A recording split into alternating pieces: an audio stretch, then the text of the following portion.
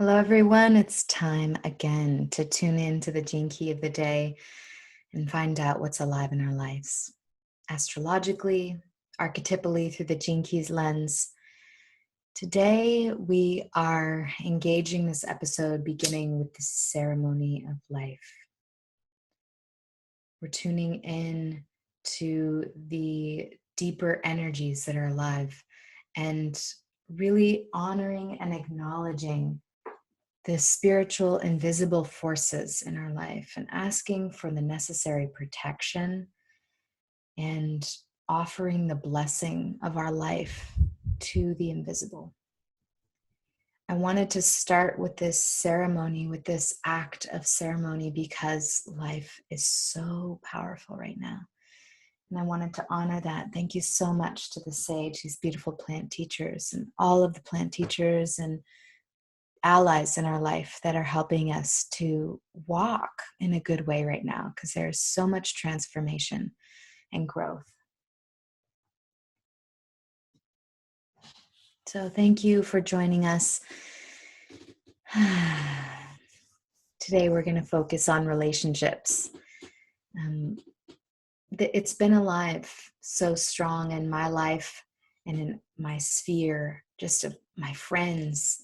So many people in my world are undergoing major shifts in their relationships. And I talked about this last episode with the eclipses. And it's just continued from there. So I thought, let's just continue on the subject and look at how things are relating to that.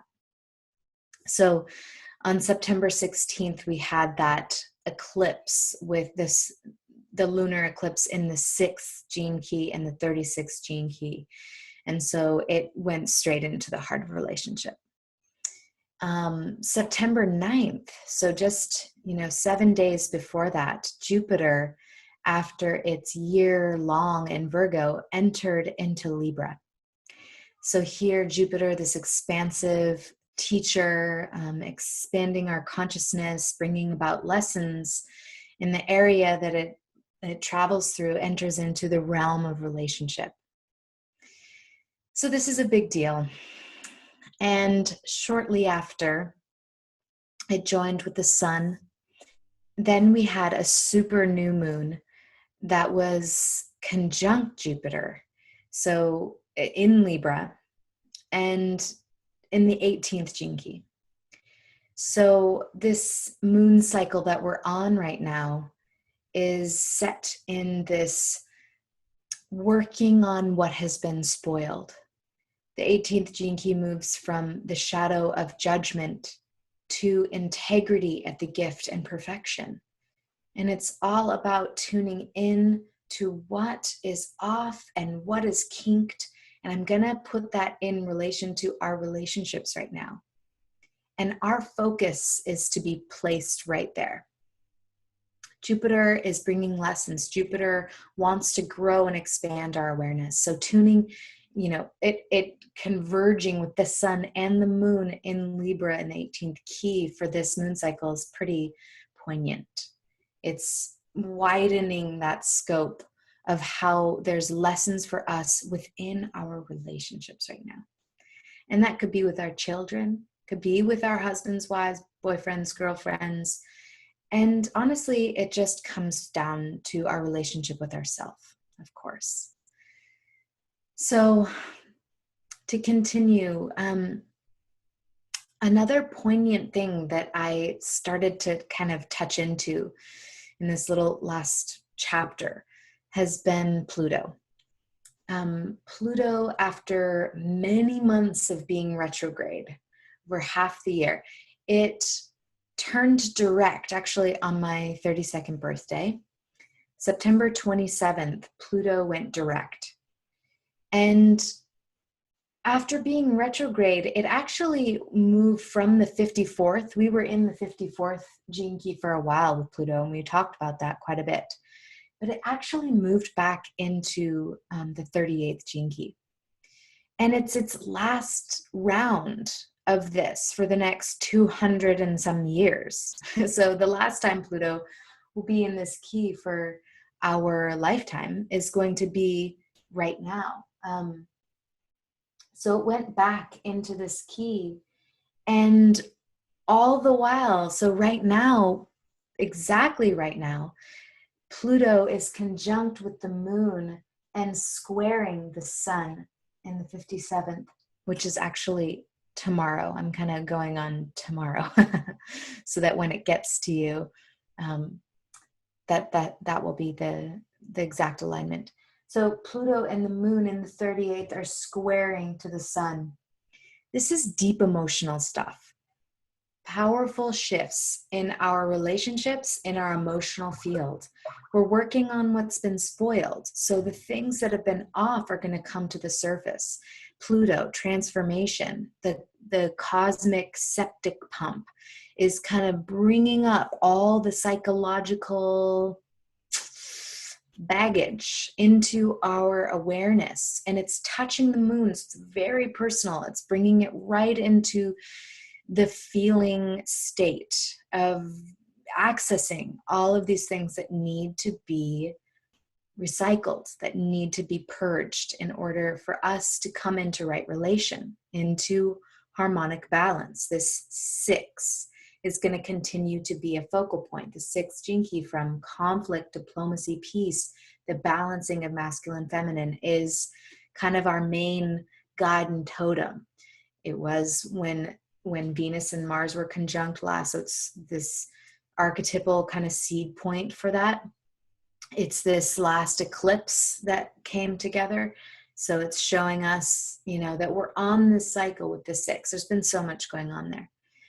So a lot of emotional stuff to touch into.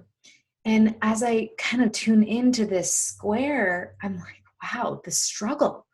Like right now, we're having this kind of final reckoning in a way with our struggles. Power struggles, Pluto, power struggles.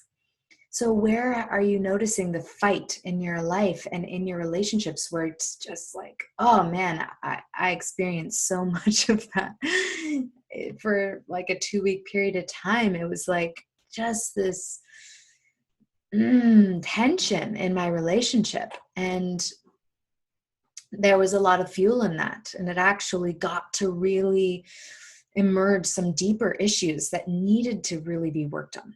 So it's a gift, and we need to kind of align that energy and ride the waves of the emotional storms. They're taking us somewhere.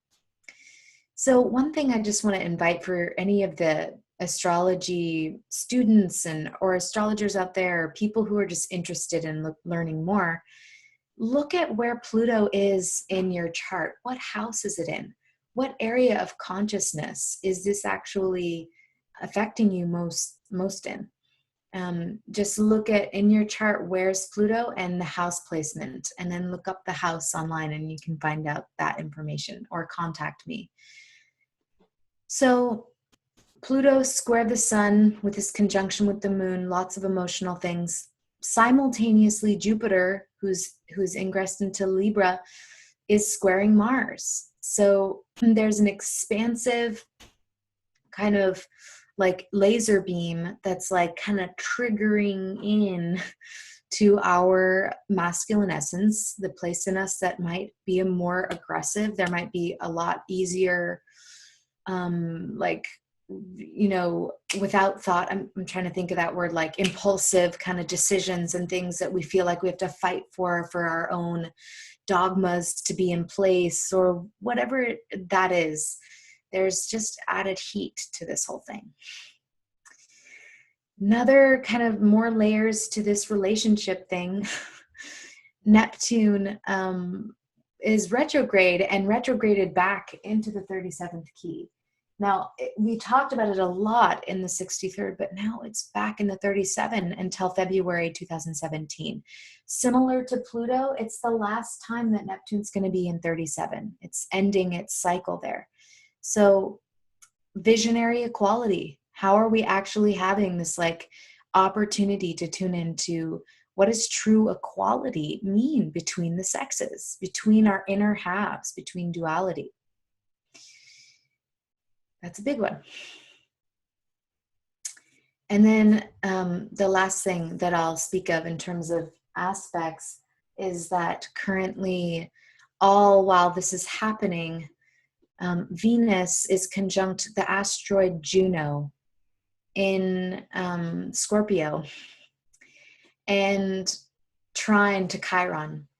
So this is like the aspect of our feminine that's tuned into our love relationship and how we are in relation to others, aligned with Juno, the asteroid of partnership, of balanced, just, equal, loving, long-lasting partnership, and where we're married to ourselves and what's our style of relating.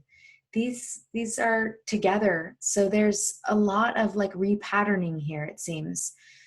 And there's a depth with Scorpio, like how deep can we go into these places of intimacy? And trine to the wound. Trine is like this allied relation. It's in harmonious aspect with our deep wounds. So again, the deep parts of ourselves that have, been working out some stuff are really like here to be coming through. So I'm going to close this by offering this piece of art that is a sketch of a larger painting, a very beautiful painting that Eric Nez did live at the Beloved Festival this year.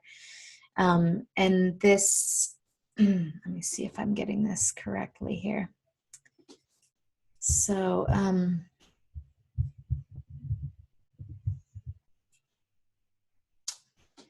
there's just this reflection of the ceiling here. So I think that's probably the best way for me to show you.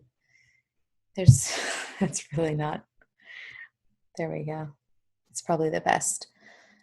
So I invite you to look closely.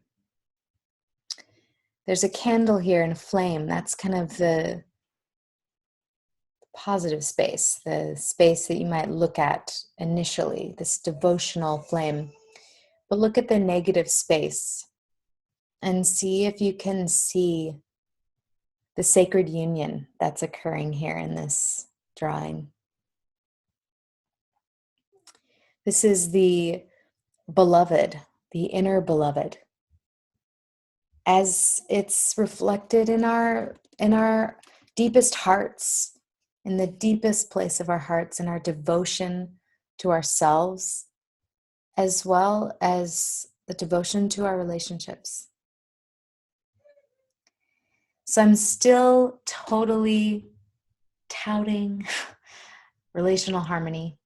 That's still the key to all of this. And good luck. Really big, beautiful changes are about.